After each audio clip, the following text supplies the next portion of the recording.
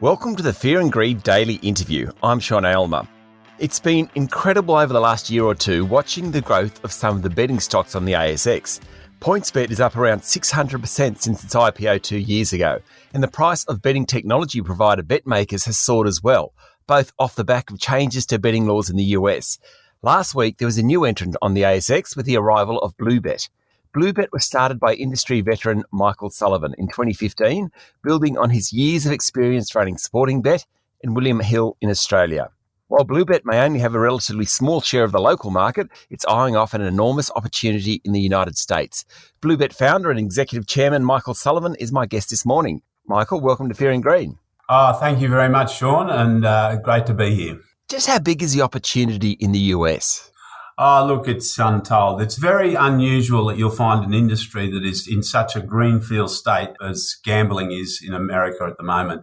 It has been illegal there for so long. And just to give you some background, about 4 years ago, New Jersey took the federal government to the Supreme Court to want to legalise gambling within a state. Sports betting, I'm talking about specifically. Obviously, they've had casinos.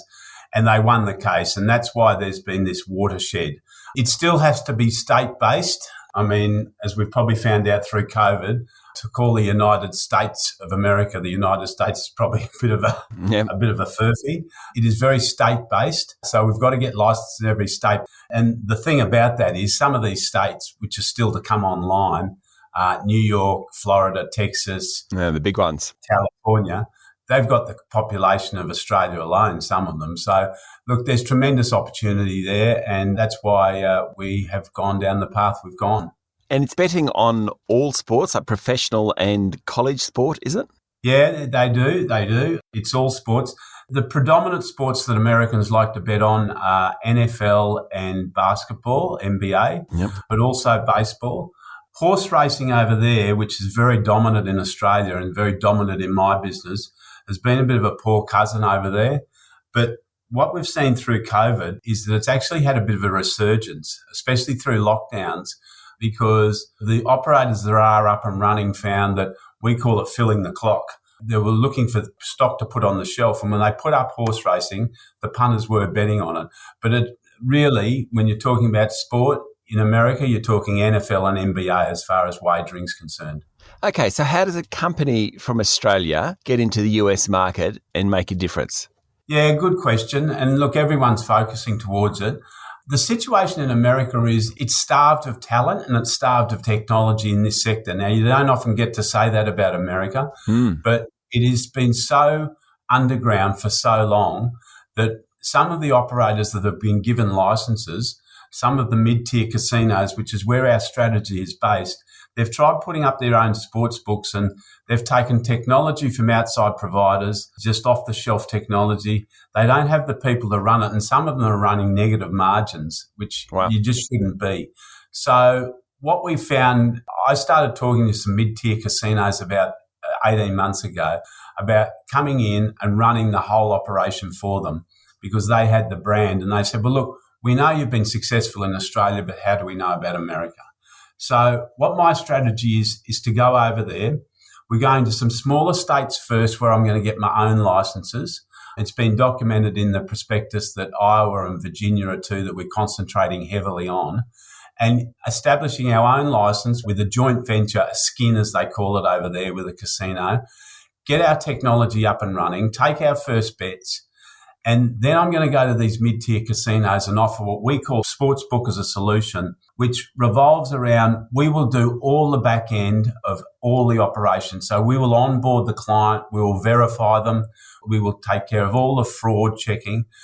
More importantly, we'll give the technology there, we'll run the bookmaking side of it, which is the really important part. And what they will provide at the front end is the marketing and the brand. So we don't have to have that big capital drain on the marketing and the capital drain, but we will run everything else for them as a joint venture. And we really think we've got a lot of support to do that. But first of all, I want to establish our technology and my team by getting these smaller licenses. So what I've been saying through our presentations is it's really capital light.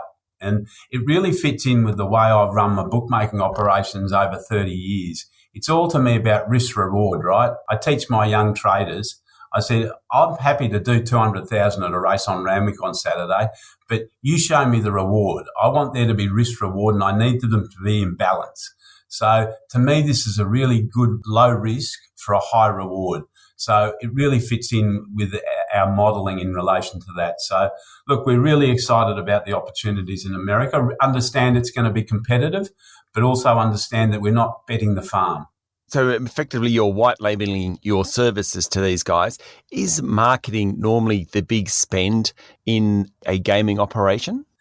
It is. I wouldn't actually quite call it a white label. I know what you're saying. It's very much a joint venture. Right. But look, Sean, marketing is definitely the spend. I mean, look, PointsBet have been incredibly successful in the market here, but their cash drain is coming through marketing. Yep. And some of their deals, the NBC deal, it's a national deal. So it doesn't really sort of fit in with the fact that it's very state-based, a lot of it. So I assume there's a lot of, without going into it closely, there's a lot of wastage. So you have to explain what the NBC deal is. They signed a deal with NBC to spend $450 million in advertising. They're one of the big... Yeah, one of the big broadcast networks. It's a spin-off of NBC. And so that deal, look, it was well received by the market here, extremely well received. And in 5 years' time, we might look back and say, it was one of the best deals that's been done in the industry.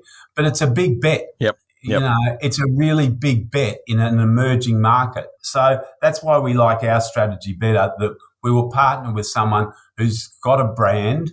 The other opportunity is, I've been talking about casinos, but in some states, the government's going to award the skins, as they're called, to sporting teams.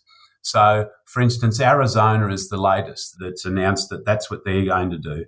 I think it's the Cardinals. If they were to give that side a skin, and they've got such a strong brand, and because it's state-based, you see, you can't do it in Australia because, it's Swans Bet. It's in Sydney, Western Australia, Victoria, they're not interested. Because the licence is so state-based, it works. So there's tremendous opportunity there because obviously they know nothing about gambling. Yeah. So there's an opportunity for us to go in, say, we'll run everything for you. All you've got to provide is the marketing and the brand. So that's our strategy in relation to that.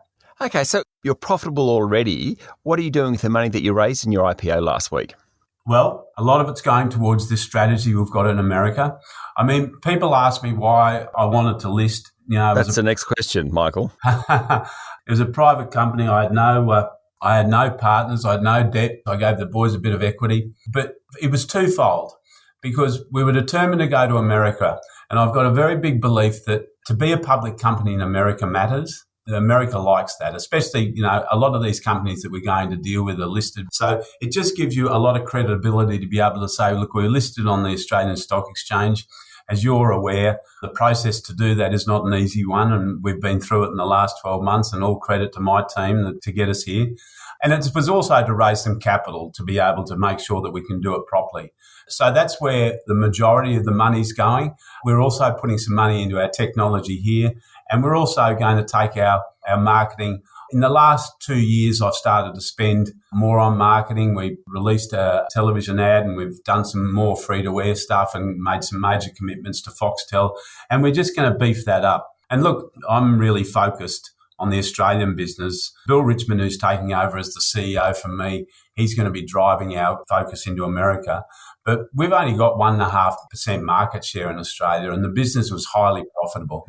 So if I can grow that to 2, 3, 4%, if you quarantine marketing, the rest of it just drops to the bottom line because so many of our costs are fixed. Yeah. The business is so scalable that if I can grow market share, it really just drops very much to the EBITDA. So that's where the money's going. The lion's share of it is going towards our focus into America. Stay with me, Michael. We'll be back in a moment. I'm speaking to Michael Sullivan, founder and executive chairman of BlueBet. So just on the Australian market, it is a very competitive market, though perhaps not quite as competitive as it was a couple of years ago, or is that not correct? No, well, it's a good point, because people think it is. But look, what's happened is a huge consolidation. So if you look at Sportsbet, which is by far the market leader, has even taken over from Tab now as far as market share is concerned, which is a great effort. But within Sportsbet, is about 9 brands. Yeah. So, for instance, there's 4 of my old brands. There's Sporting Bet, there's Centre Bet, which I bought along the way. There's William Hill, and there's Tom Waterhouse, which we acquired once William Hill bought my business. And then there's Bet Easy, there's Crown Bet. There's about 3 or 4 other little ones. So they're all merged into one brand. Now, what we do know is that punters like about 3 or 4 accounts. Yep. So, for instance, the latest one I think was when Bet Easy blended into Sportsbet. We saw an immediate spike of sign-ups because punters were ringing our customer service and saying, I want to open an account because I had a Bet Easy account and I had a Sportsbet account, but I like to have a few different accounts and they've made me into one account. Yep. And so we think that's a tremendous opportunity for us because really there's only about 3 or 4 players at the top and we sit below that and we really think there's great opportunity. And quite frankly, the TAB, it just continues to be the gift that keeps giving. And I've been building businesses for 25 years on the back of them. And this latest, announcement about the demerger, I think can only benefit us. I mean, I've said all along when people have asked me, when we've been doing presentations, what do you think will happen with the TAB? I said, well, quite frankly, the status quo would suit me. Yep. But no matter what happens, they're going to be distracted for 12 months. And for some time, there's been stuff swirling around that a demerger was going to be their preferred option. So to me, that still looks like an opportunity. So to go back to your original question, it looks competitive, but there's been so much consolidation and we know punters are like a couple of different brands. Yeah. Michael, you started as a bookie's apprentice at 14 years old. Did you ever think your career would have taken you where it has? Probably not, but 14 might be a bit of exaggeration. I was 18. 18. The story's better if it's 14. It was 40 years ago. Yeah, I mean, pretty amazing. I mean, you just must love horse racing, but you kind of love sport and what gaming brings to it. Oh, well, I do love horse racing, and horse racing only exists because of wagering. Yep. I mean, that's the reality. That's the stark reality. Yep. Look, I was very lucky. I started working as a 17-year-old university student with a great man, Brian Ogilvie, who's the biggest bookie in Queensland, who became a great mentor and a great friend to me. I then, started off as a little bookie in Brisbane, and look, I've been very grateful. I was very lucky in 2000 that we recognised that the internet might be something that was here to stay. A lot didn't. Yep. And from there on, we've really continued to grow businesses. So, look, the whole industry's been great to me. It's been great to be part of it. I'm very passionate about horse racing. It just happens to be 80% of our business. But I own a lot of horses. I'm very involved in the industry and, it's been a great path for me and, it's really exciting to go through this next stage. I mean, a lot of the boys that have been with me, they've been with me 8, 10, 12. Bill Richmond, who's taking over as a CEO, he's been with me 15 years. Fantastic. So it's been very satisfying to see that next crop come along. I'm not quite ready to give the baton up, but I'm sort of getting ready to pull it out of my pocket, so to speak. Fair enough. Tell me one last question. Why is it that my horses are dogs? Why is it the ones that I have these tiny shares in are dogs? Oh, Sean, that's an age-old question. I can't answer. You can't answer that one. Fair enough. I've got about 40 of the same myself. I've had a bit of luck. The biggest problem is the slow ones eat as much as the fast ones. That's right. They certainly cost as much, that's for sure. Michael, thank you for talking to Fear and Greed. Look, thank you very much. It's been an absolute pleasure. That was Michael Sullivan, founder and executive chairman of BlueBet. This is the Fear and Greed Daily Interview. Join me every morning for the full Fear and Greed podcast with all the business news you need to know. I'm Sean Aylmer. Enjoy your day.